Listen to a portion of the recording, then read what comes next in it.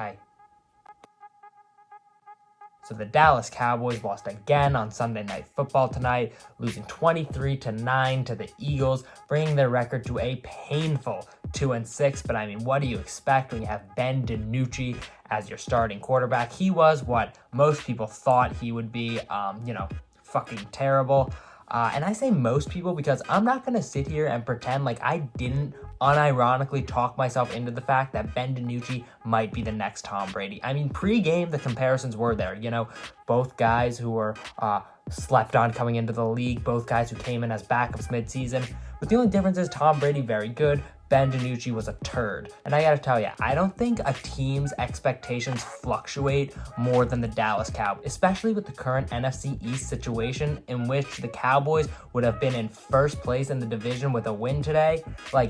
My expectations for the team, they don't fluctuate game to game. They don't fluctuate quarter to quarter. They don't fluctuate drive to drive. They fluctuate from play to play. Like a 7-yard run from Zeke, and I'm literally thinking to myself, we could win playoff games if we got in. This DiNucci guy's not that bad.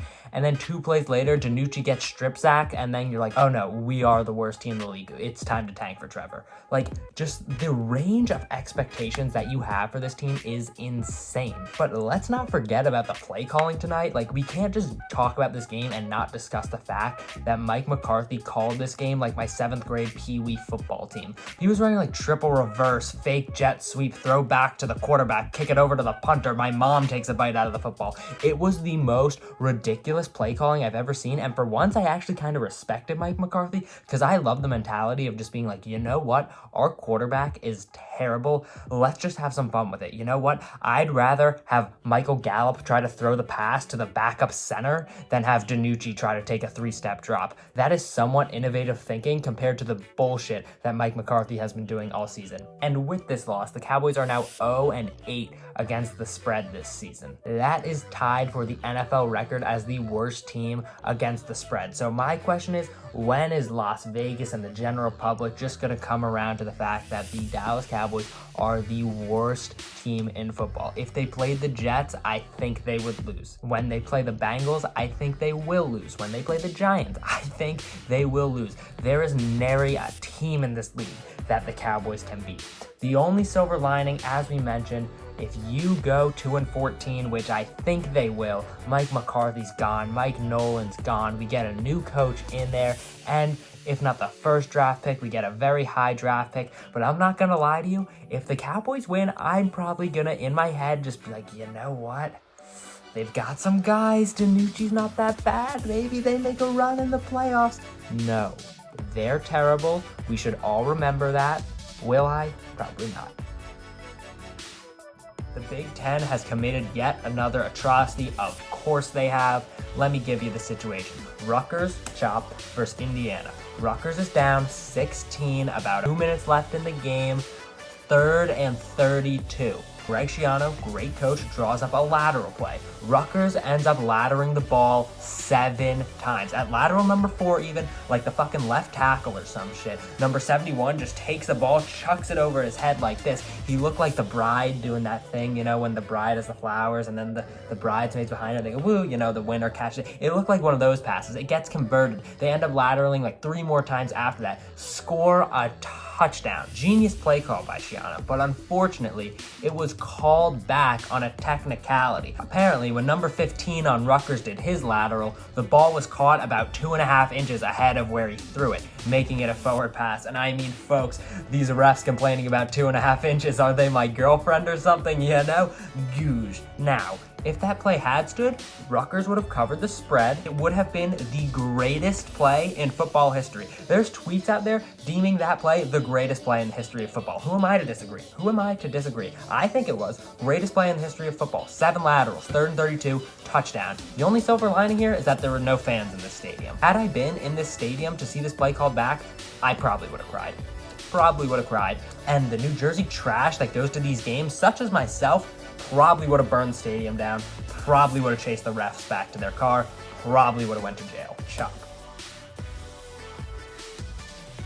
Among Us is a stupid game. Yeah, it fucking sucks. Full transparency, I've only played the game 3 times in my life, but my experience, in a word, I would consider it shitty. It sucked. I hated the game. And the experience for everyone else I was playing with was also shitty because, guess who was in the game? Backstory, one of my classes at school, about 10 kids, they say, hey, let's play some Among Us after class. They asked me, do you want to play? And I don't want to be that guy who was like, no, Among Us is stupid. So I said, sure, I'll play the game. Of course, I've never played this game in my life. First round, I'm the imposter. Like, what the fuck? I've never done this shit before, and now I just have to be in charge of the entire game. So I had no idea how to play, but I just saw I had a kill button. I was like, all right, guess I'm trying to kill people. So in a full crowd of people, I just walk up to a motherfucker and whack his ass. But apparently that's not what you're supposed to do. You're not supposed to kill people in plain sight. So they all knew that I was the imposter. Game 1 ruined by me.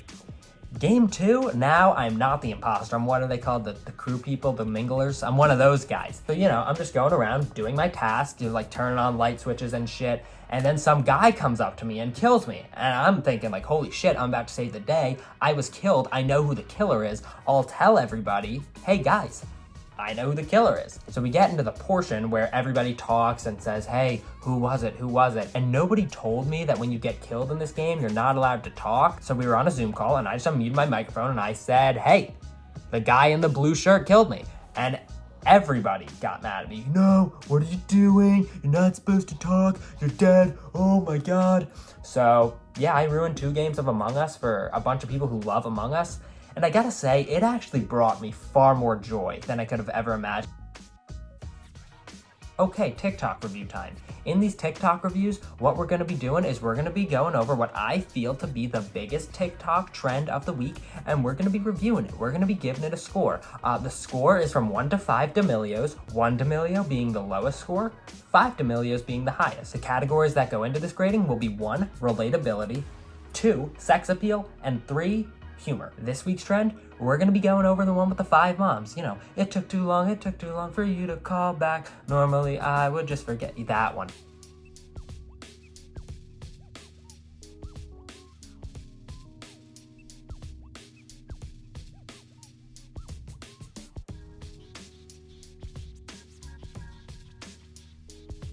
Let's get into it. Relatability.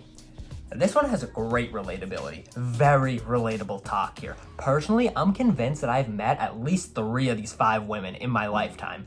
Like, that 5th woman, I can't put my finger on it, but I'm pretty, she's worked with my mom at some point. Have I been to a barbecue at her house? Maybe. Like, the 3rd one, I think she might be my aunt. I don't really know. You look at all these women, especially if you're from the East Coast, and you're like, oh, I think she's my neighbor. Did they move out? Where do I know her? We all know all of these women. A lot of people out there saying, oh, they're Karens, they're Karens. These women are not Karens. They're more like your best friend's mom's sister. That's what these women are. They're not like the Karens in the grocery store. They're friendly gals. Humor. The humor, for me personally, does not lie in the video itself, but the ecosystem of videos it's created. My favorite one as an East Coaster was rating the New Jersey private schools these moms' kids went to. If that second mom doesn't scream Seton Hall Prep to you, I don't know what does, Guessing the cars these women drive. Guessing what type of Halloween candy give out. I even saw one guessing what kind of underwear they give. And yeah, that first one, she's a thong gal. She wears thongs. Now, sex appeal. This is where you can take this one down a few pegs. Woman 3, definitely not. Woman 1, I don't think so. Woman 4, she looks just like my mom, but I gotta say, I'd bang 2 and 5, so it does still get a few points on the sex appeal scale. But you gotta remember, this one isn't just supposed to show sex appeal, it's supposed to show the type of fun you see when your mom and a couple of her friends are eating brunch down in your kitchen when you're upstairs trying to play video games on a Sunday morning. That's the type of fun we're trying to encompass here. Not necessarily, I want to have sex with all these women, although 2 of them, I definitely would. So my personal score, I hate to do it on the first ever one we're reviewing, but I give this one a solid 5 out of 5 D'Amelios. I love it. I watch about 25 of these a day. I cannot get enough of it. And quite frankly, if woman number 5 sees this video and wants to take me out on a date, I think I would let her.